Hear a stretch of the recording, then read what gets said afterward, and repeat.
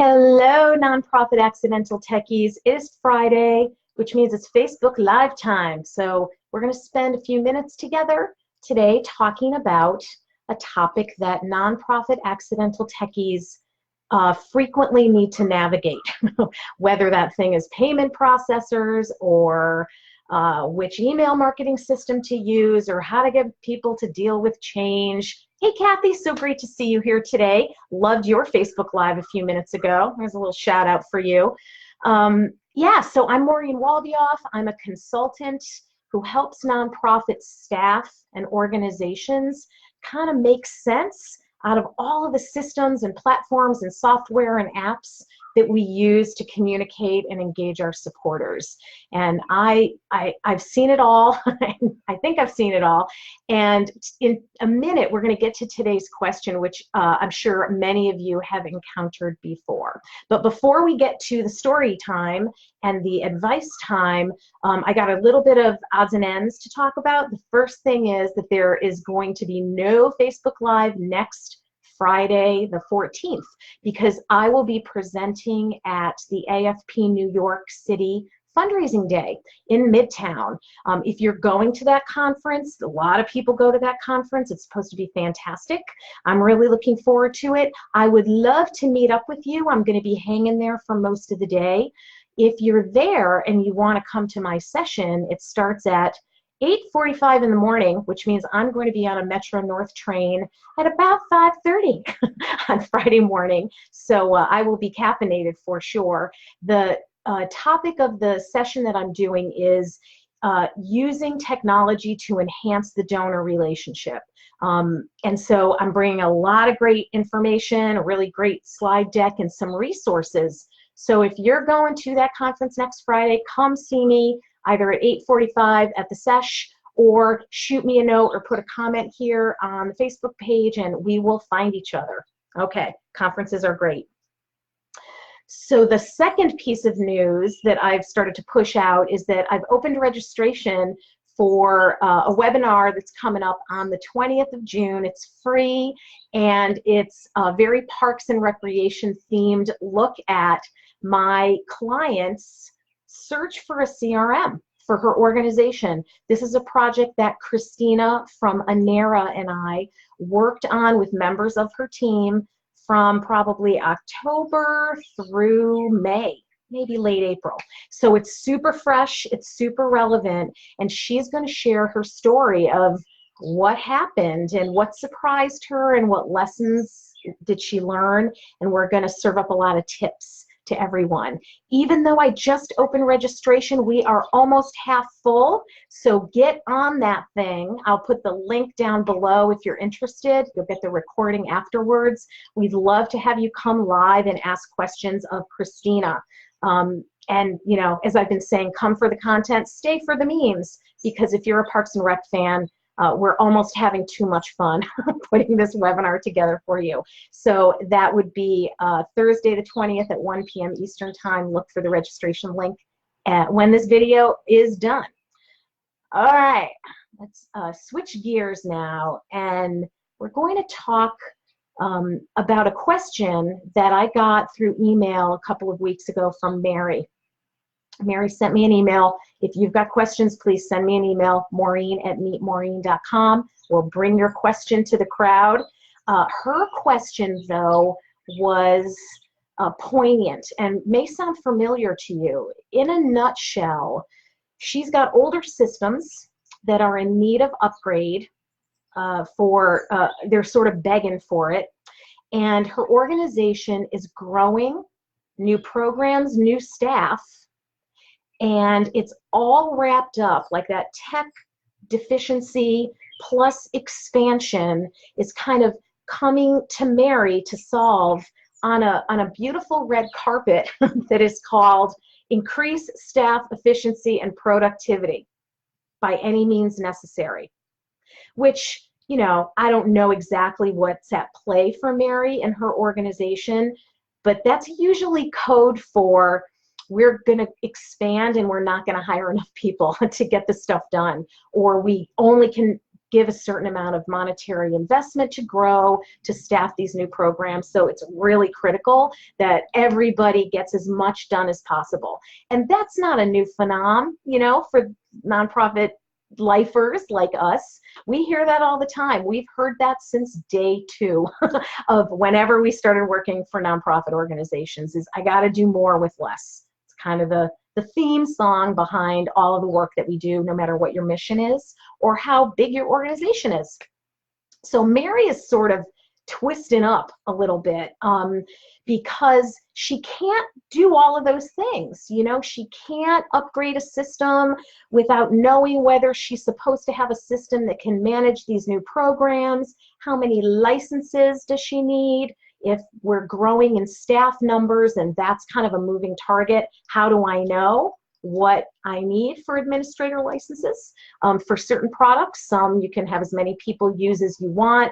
Many others, though, do charge you per license, per user. And so she's sort of stuck, like, is it the productivity thing? Is it the expansion thing? Is it the fact that one of her systems is kind of about to poop out? And this is really, really common. I bet many of you watching this either now or later on in the recording are kind of nodding your heads. Oh, Maureen, I have heard this so many times. And it is a really common situation. And I really see this challenge of, you know, trying to get your arms around this ball of goo to have something solid to stand on that will let you make a good decision, that won't haunt you for the next 5 years. Like, oh, if I'd only waited, or, oh, if I'd only known that thing, I would have made a completely different decision. You know, her situation is based on the pace of change inside her mission. So for Mary, her situation is a little bit more complicated than what we can encounter pretty regularly, but I see 2 pretty common reactions to this, like, too much change, got to make a big important decision, you know, like, how do I proceed with caution? And so the first group of people does nothing. They literally stand there and go, I'm not doing anything. I'm going to wait and see how this all shakes out. I'm going to wait until all the change has stopped. To which I say, haha, your change is never going to stop. That is one constant. Life is change. We've got to figure out how to deal with what we know, make some good decisions based on some assumptions. And so stopping and doing nothing until the change shakes itself out may, you know, be a tactic that's worked for you in the past, but it doesn't always work. So that's the first reaction. And the second reaction I see is people going rogue. They go off and they say, let's imagine that Mary's job is an events manager. That's not the case, but let's say that's her bag, right? Managing events for her organization. And it's big swirly time happening in her leadership team or in hiring or recruiting. Mary's like, listen, my event management tool is about to croak. I'm sorry, I can't take all this other stuff into consideration. I have to have an event management system that works, and maybe that's going to make my team function more efficiently, maybe not, but I got to do what I got to do, and every person for themselves. So people either do nothing or they're like become very full of self-interest and solve one problem, not worry about all the other connected things that are going to influence a decision. It's a little self-serving, but at least you get to take an action, right? So it's forward movement.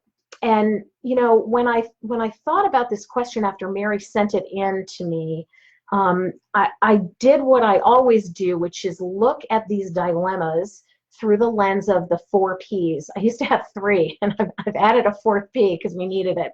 So the four Ps that every organization needs to kind of have in balance with each other are planning, that's the new P, don't know why I forgot that, planning, platforms, people, and processes. So let's take a look at Mary's situation and figure out what some tips might be for her to use the lens of the 4 Ps to kind of navigate fogginess and uncertainty. Let's talk about plan first, since that's the most important. You're going to find the agreements that do exist inside your organization and align your tech decision making with those agreements. What's written down? What's agreed to? Do you have a strategic plan? Do you have an annual plan for your org? Do you personally have an annual work plan or goals or milestones that you or your team need to meet?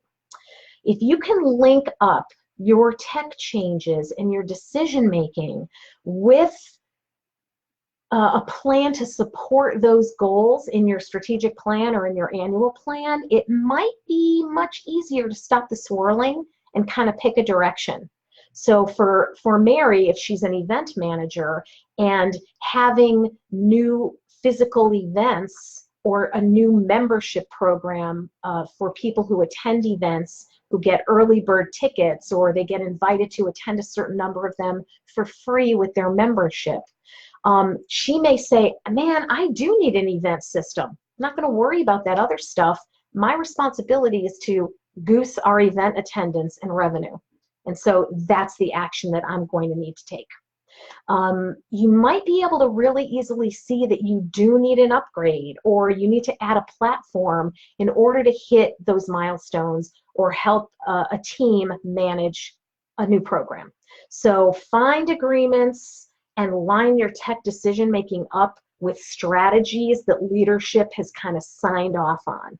That way you can always point back to it and say, oh, the reason that we did this is because you guys at the upper levels said that this was critical for us this year or in the next 3 years. And they'll go, oh yeah, that's a great decision, Mary. So plan, aligning your tech decisions with plans that the organization has made at a high level. That's number one. Tip number two, let's talk about platform. You might not have enough indicators to know whether you do need to move or upgrade systems. If your database is about to die and you've had to restore your data from backup a couple of times already this year, that's a sign that it might need to be replaced. But if that's not Mary's situation, she may want to try to get the most out of the system she does have in place now. Maybe make them run more efficiently, add some productivity punch. Maybe, look at the investment as I'm going to invest more this year in getting the systems that we have to do more. And that's true for everybody, right? Everyone at every org ever is only using about 30 to 50% of the functionality and the power of the tech that they've got. The stuff that you already have, the stuff that people know how to use, the stuff you're paying for in one way or another. So maybe in this waiting period, if you do feel like it's a little tricky to make a big purchasing decision right now, something you can do with your time that is helpful is invest a little bit more money in the products that you've got, unless, like I said, they're dying. You might want to ask for investment to fix the list of broken stuff that you've been keeping. This autoresponder isn't working, or the data connection died last year between our email tool and our CRM, and maybe instead of finding something new, I'm actually gonna fix that connection or pay somebody to fix that connection so that the data starts moving back and forth, which means I don't have to run CSV imports and exports once a week. That fixes a bunch of things, that particular example. It's going to be cheaper in the short term most of the time for you to invest a little bit of time and money in fixing stuff or adding features or functionality or even simple things like custom fields or what have you that will not cause you to have regret if you do move next year. Everybody's got a parking lot of things, Ben, I'll call you out, things Ben and Kathy want our system to do. So, investigate them, price them out, make a plan to have those things fixed. You'll be able to use them for a while if you're not going to move in 2019. And even if you do move in 2020, if you start looking in 2020, it's going to take a couple months to find a new system, and then several months, if not a little bit more than several months, to actually move in. So it's not like you're going to invest a lot of time in something that you're going to leave quickly. You will get a return on that investment. And the other reason that that can be a very practical step for someone like Mary to take is because it's going to inform what she needs in a new system. You know, if there's a bunch of stuff that's broken and you fix it and it doesn't matter, people don't care, or if you add new features and it's not giving your programs a boost, or it's not helping you raise more money or engage more supporters, maybe that functionality is not necessary. It might even be counterproductive. So it's a good way to do a little beta test on that parking lot of things that Kathy and Ben want our system to do that I've been kind of holding them at bay for a few months. Might be a good time for you to focus on the stuff that you've got now. So that's the second tip. The third tip is people and process, and they are irrevocably linked. You got processes because you have people, and you have people who need processes to be able to do a good job. Review those business processes and buff them up a little bit. This might be a lens that focuses on productivity. You know, you might say, I don't know enough to move or upgrade systems. I can't get the budget this year to do anything new in the systems that we've got now. But what you can do is look at the ways people are getting their work done and improve them, because that's going to check that productivity box big time, and hopefully in a visible way that gives you some appreciation and recognition from leaders and others in your org. Where are things being done in a less than efficient way? Do people need documentation or training? And Mary talked about new staff coming on. Those new people are going to need orientation. And maybe you never had great documentation, and so the people that came on board last year kind of cobbled together a weird way of getting things done. And now it's time for you to say, it shouldn't take you 7 hours to do this task. We're going to cut it down to 3. And here's how you're going to do it going forward. I'm going to train you. It's a great idea to do this every summer, even though the myth of summer is slower is just that. It's a myth. It's usually pretty busy. We're already almost halfway through July. So summertime is in full swing. And if you've got a little bit of brain space, a couple of hours a week maybe to dedicate to some business process and people improvements, it could get you somewhere by the end of the summer. You don't need to be moving into a new system to tweak how you do things. It's very common for us to wait. I'm not going to bother like fixing this silly, inefficient process because eventually we're going to move and it's all going to change anyway. Maybe not as soon as you think.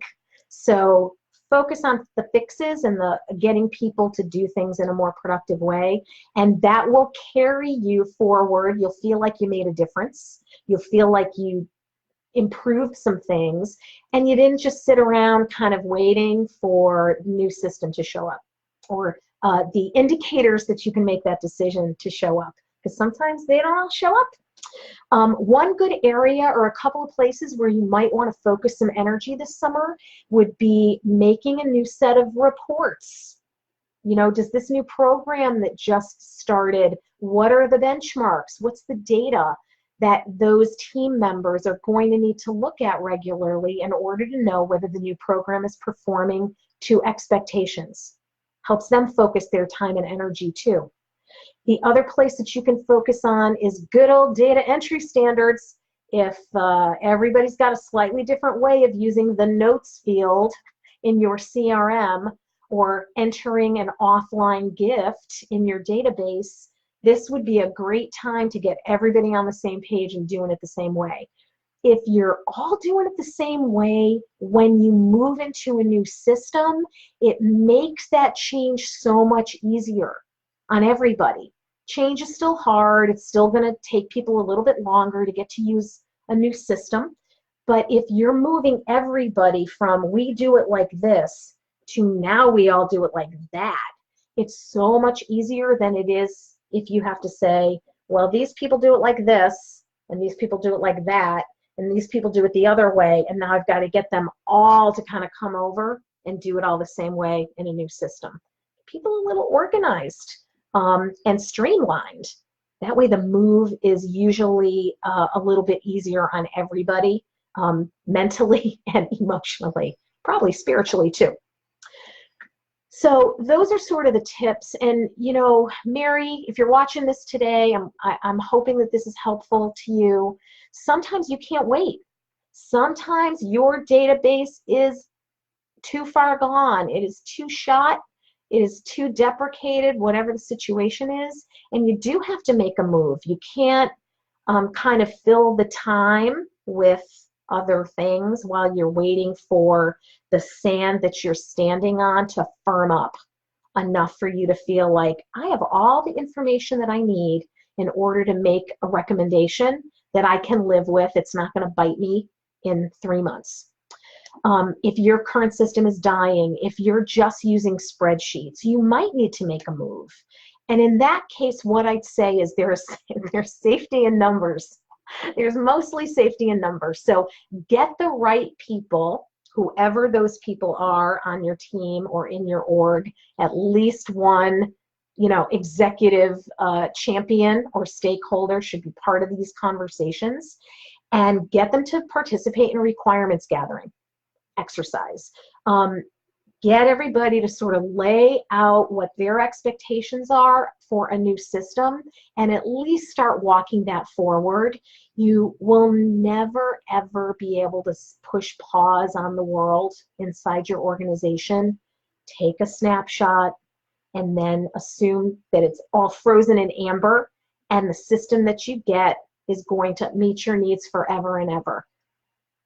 That's a fantasy. I would let that go. But I would find partners to help me double check my thinking. Is efficiency and productivity the thing we should keep in mind? Is giving staff the tools that they need to run this program the most important to us right now?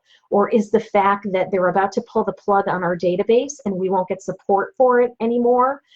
Is that the thing that is going to be our North Star as we try to figure out what steps to take going forward? So, you know, unpack it a little bit and repack it. Use those 4 Ps, the plan, the platforms, the people, and the process, and write a pro and con list. You know, if I move in this direction, here's the pros and the risks. If I don't do anything, here's the pros and the risks. And get all the thinking out of your head from a reactive mode, which is like, I'm being bombarded with 1,000 conflicting directives. Get it all on paper or in Evernote or something like that. Think about it, make a plan, and bring some people who can have your back along.